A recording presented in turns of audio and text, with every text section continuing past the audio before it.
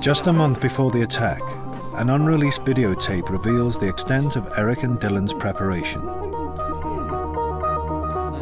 This is a reconstruction from reports of the tape's contents. The cameraman is Dylan, the location, Eric's bedroom. Eric reveals dozens of hiding places, containing what amounts to a small armaments factory. How did Eric succeed in concealing such a vast collection of lethal weaponry? The question still remains unanswered. From these terrible details, it's possible to reconstruct a fuller picture of Columbine and the freakish whirlwind of circumstances that ended with two teenagers committing mass murder. Eric Harris and Dylan Klebold planted two 20-pound propane bombs in the cafeteria. Both bombs were set to explode at 11:17, just as the cafeteria reaches the peak of the lunchtime rush. The plan was to kill as many students as possible in the explosions and to execute survivors. Except this day I saw Eric pull in.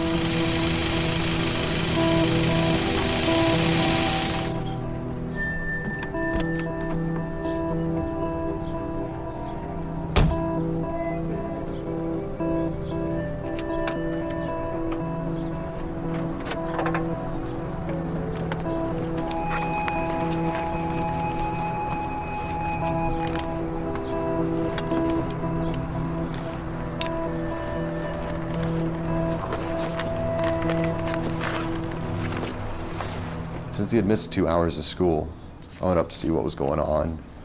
And I called him a few names, and he laughed, called me a few names back, and we had this little interchange where I was cussing him out, basically. What the hell is wrong with you, man? You weren't in third hour. You missed the test. It doesn't matter anymore. And then he looked at me, I said, dude, you missed the huge test. He said, go home.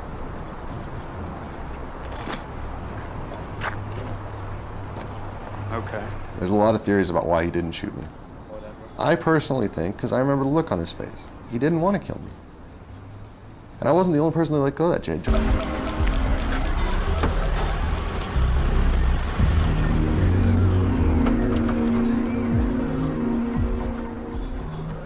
Eric and Dylan have arrived with a huge arsenal of weapons. After the attack, the police would count 2 sawn-off shotguns, 2 9mm guns, and 99 bombs, including the 2 20-pound propane bombs in the cafeteria and booby trap bombs in each of their cars. They have spent a year gathering these weapons, a year planning a massacre intended to wipe the school off the map. Richard Castaldo is on his way out to meet his friend Rachel Scott. They plan to have lunch just outside the school's west entrance. In their trench coats, Eric and Dylan attract little attention.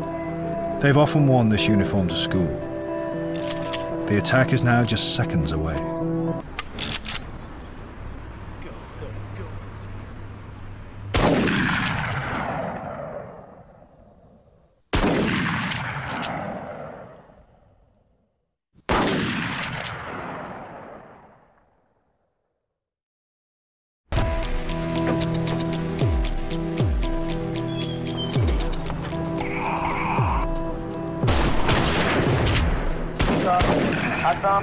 I saw him throw a couple grenades on the roof and they exploded. And then I saw him shooting guns.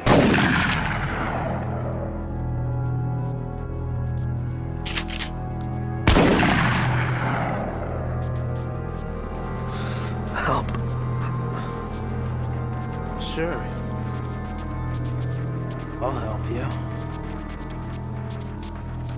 Black trench coat and a shotgun, okay. We've got another case. Everyone. All right, everyone, we think there's someone shooting outside. I want you quiet. I want you to all make your way outside this way only.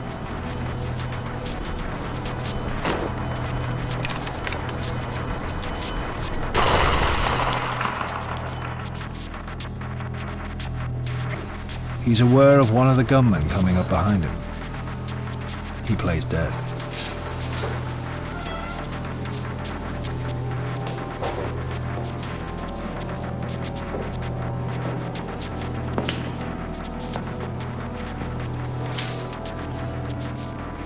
Dylan arrives to find the cafeteria apparently empty. There are no easy targets.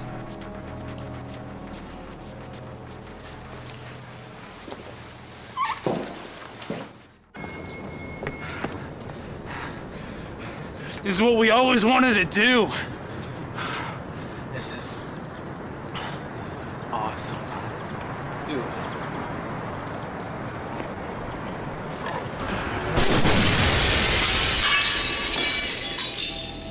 Do you have an emergency? Yes, we do. Okay, you're at Columbine High School? Yes. Okay, we got it. We have automatic weapons, okay? Yes. All right. Can you guys send lots and lots of paramedics?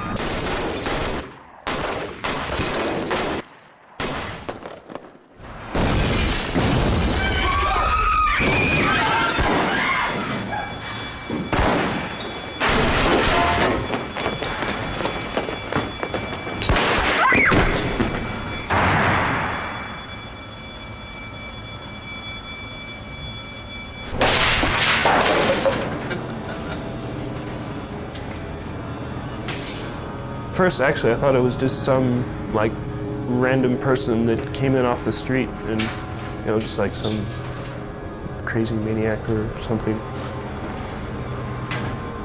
It didn't even, like, click at that time that it could have been a student, because I didn't think anyone at Columbine would, like, start shooting people.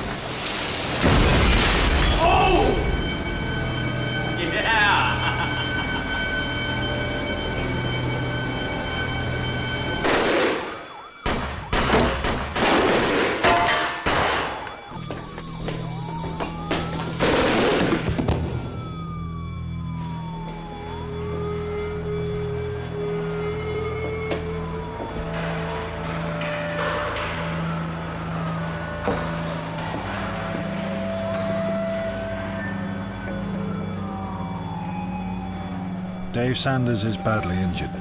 The killing spree inside the school is about to begin. I'm not sure.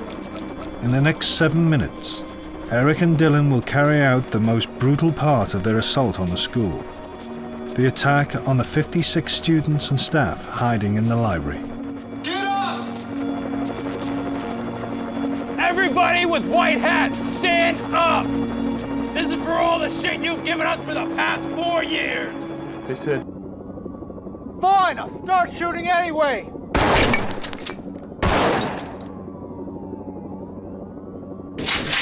My God. Okay, stay with me, ma'am. You're doing great. You are doing great, okay? Now they said he's gone to the library. He's in the building. Okay. Get the bag? He's going to the library. after they'd walked about halfway through into the library was when they came into my view. And then I could see that it was actually people that I knew, students. You know, it was just these two people that I thought were just ordinary, regular kids who were suddenly like blowing things up and shooting. And I was like, what are they doing? Let's go kill some cops.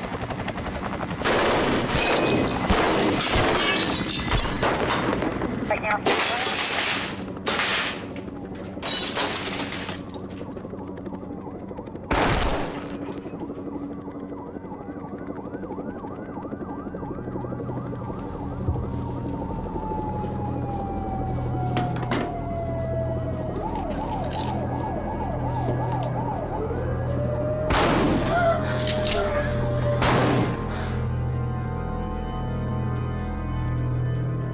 Quit your bitching.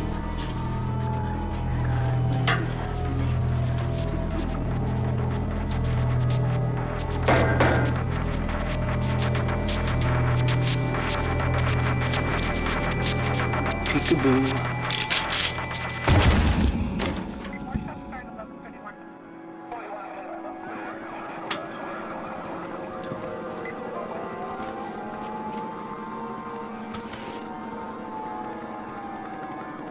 You want to die, huh? Well, we're all gonna die. I'm gonna blow up the school anyway.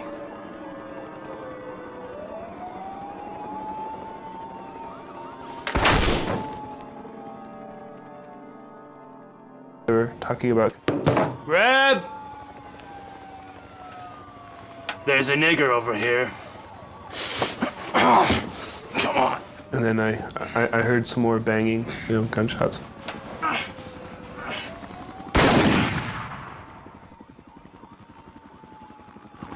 Can't believe I just did that.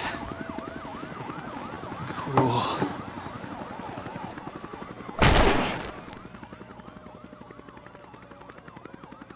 Who's ready to die next?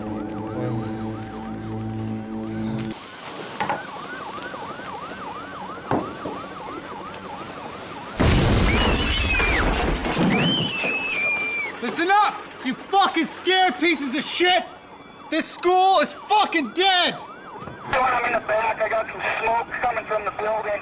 I'm over here with the SC unit. Okay, copy. Smoke from the building. 1131.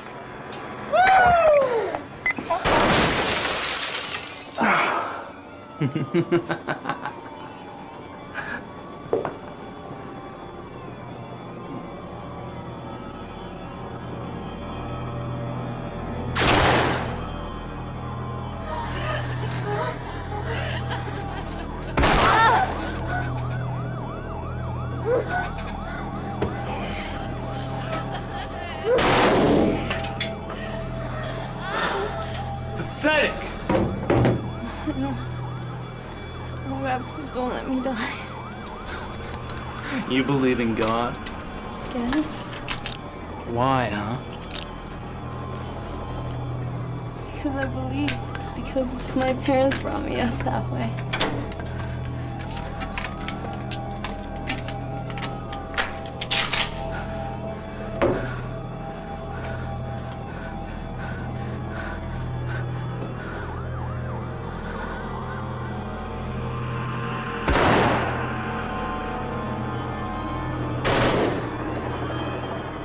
The phone line left open by Patty Nielsen records the sound of the killings in the library. Okay. Who's under there? Identify yourself. John Savage? Hey, Dylan. What are you doing? Just killing people. Oh. Are you gonna kill me? No, man, just get out of here. Just run. Run. Run!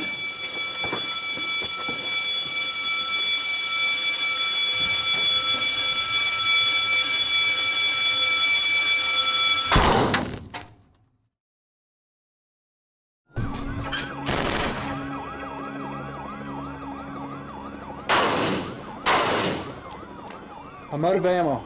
Maybe we should start knifing people. That'd be more fun. The 7-minute killing spree in the library comes to a sudden end just before 11:36. Evan Todd. Even though Dylan now confronts one of the school's athletes, the injured Evan Todd, he threatens and abuses, but doesn't kill. Do you want to go to the Commons? I have one more thing to do.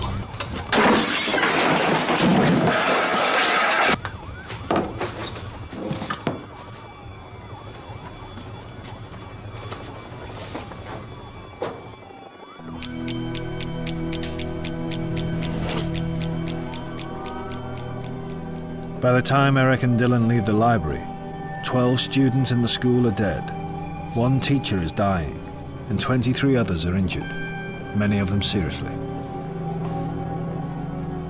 There's been no pattern to the attack. Not one of their victims has been singled out because he or she is a figure of hate.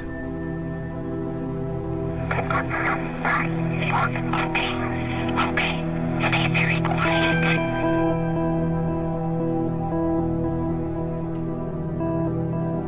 At one point, when Teresa was still on the phone and she was looking outside the door, trying to see what was going on, she saw the shooters come down the hall. They reloaded their firearms right there in front of our classroom. Door had a window in it, and so they could look right in. I remember just jumping away.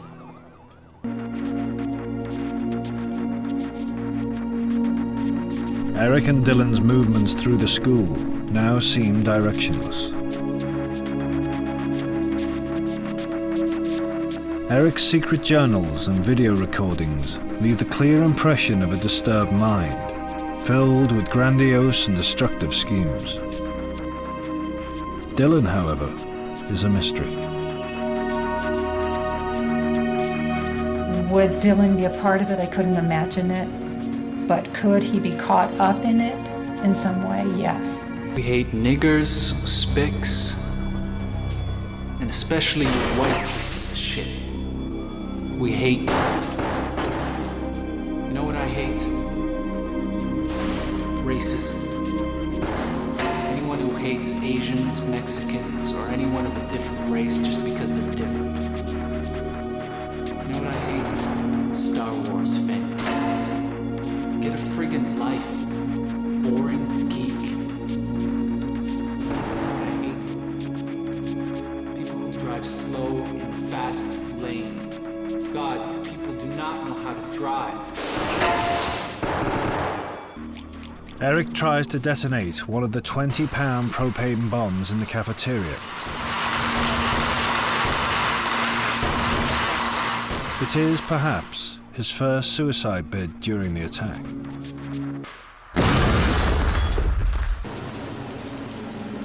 At Eric Harris's autopsy, therapeutic quantities of Luvox were discovered in his bloodstream.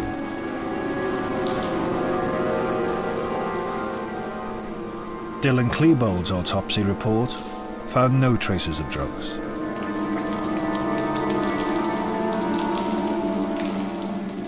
Was Eric's medication one further element in the Columbine tragedy? Or was it an underlying psychiatric condition that the drugs were supposed to treat? One thing is certain. When Eric's father heard of the shooting, he immediately thought it could be his son. County 911. My son is Eric Harris, and I'm afraid that he might be involved in the shooting at Columbine High School. It involves how? He's a member of what they're calling the Trench Coat Mafia. Okay. Have you spoke with your son today, Mr. Harris? No, I haven't. That Eric and Dylan were created by a kind of perfect storm of circumstances that gave them the means and the opportunity to carry out an outrageous act of teenage terrorism. As midday approaches, Eric and Dylan make their final journey back towards the library. A 6-man police SWAT team is about to enter the school, but from an entrance at the far end of the building. The police will sweep through the school, room by room, and will reach the library last of all, almost 3.5 hours later. Since Columbine, the local police have reviewed their tactics on what they call imminent threats. Officers responding to shooting incidents are now trained to intervene early.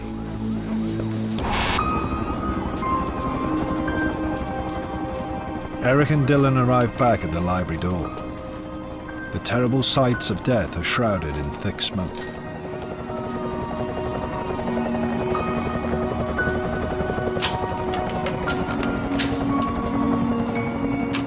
They will make one last, near-suicidal gesture before ending their lives just a few meters from many of their victims.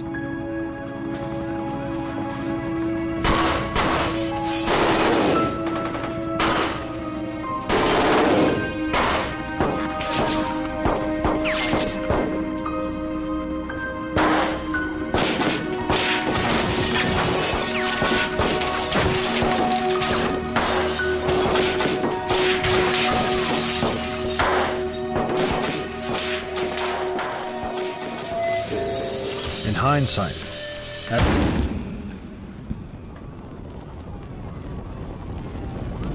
Okay, what do you got for name? Okay, last name is Harris. Yeah, we got it. First is Eric. Eric Harris? Yeah, Eric Harris. Okay. He is a student at Columbine, so... Anyone sitting in the back of my car, trying to get her down to a point. I know exactly what their names are, and I've heard them talk about it once before.